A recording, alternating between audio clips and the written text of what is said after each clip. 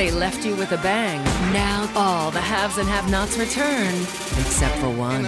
For the people that haven't seen the show, you could describe Benny as, he's been described as the glue to the family. I think a big reason for that is, my mom who's 50 plus, working manual labor, don't want to see that.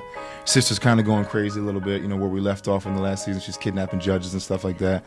She was escorting for a while, so, she's all over the place. And the thing about the two women in my life as Benny is they have an estranged relationship.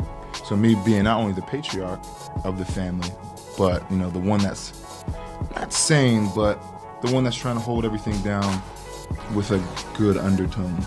I'm so excited. Last season was full of surprises, and you spent the majority of it in a coma. I did. Yeah, I think 20 episodes, 10 of them I was in a coma. So that was a little scary. Every episode I was like, I hope they don't kill him off. I know, I hope he doesn't die.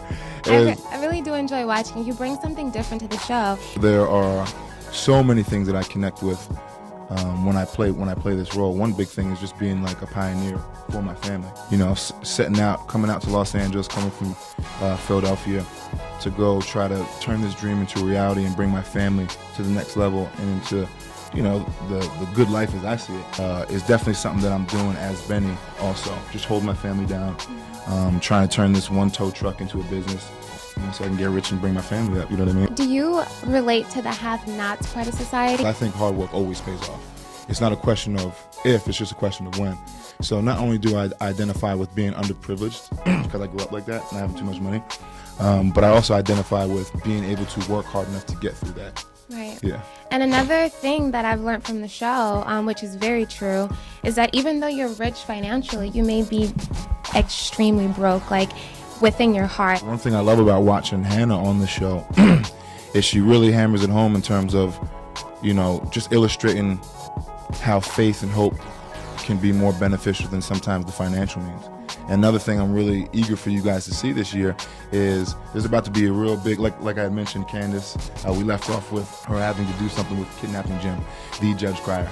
So, anytime you knock the boss off the top, there's bound to be a power shift. Oh, yeah. So, that power shift is definitely going to be illustrated in this next season in terms of, the have-nots transcending that world where you see how the hard work pays off. And on the flip side, what you just alluded to, how you can have all types of money in the world, but at the end of the day, that doesn't necessarily mean that you're going to be happy. Well, I'm definitely glad that we get to see more of Benny next season. Tell us a little about how you got into this world, because you have a very interesting story. Moved here about 4 years ago, started personal training. As we know, everyone in Los Angeles is trying to work out, trying to be someone, so they all have personal trainers, right? Everyone's a personal trainer out here. So I moved out here, started doing that. About 3 months into it, I was actually working one of my clients out and got approached while I was at the gym that I was working at, Iron LA down in Santa Monica. And, in a very quick, nonchalant way, he said, hey, look, he's a dude from New York. So, we have a different type of, we have a different type of swag about us. We talk different. He said, hey, man, check it out. Look, I got this spot that I'm really trying to cast, but I'm having a hard time, casting the role. It was a really small film. I'm not directing it, just producing it. Not too much money, but, on paper, the dude is just like you. Got down there, I was so nervous. I was fumbling over the paper. I didn't even know what sides were at this point. I didn't know it was like part of a script. And I was so nervous I couldn't even be myself, what I was supposed to do. So I butchered it. I was so bad. Then ended up booking it. And that was, the beginning of my acting, career and experience. Kind of crazy. But I remember when I got the call, I was on an audition for something else. I also saw myself as that role too. Like I just saw myself making it. So I knew I was gonna get there somehow. But I was really happy that I booked this job. I mean, you can't draw better cards having someone like Tyler Perry and Oprah Winfrey lead you through these waters, you know what I mean? People that are successful, people that are down to earth, humble, and really care about your well-being, man. I couldn't have landed a better spot. Tyler Perry's The Haves and the Have-Nots. The brand new season explodes. Tuesday, January 6th, 9/8 Central. Only here. Hey, what's up, guys? It's Tyler Lepley here talking to you. You're logged into Entertainment Scoop right now. Come check it out.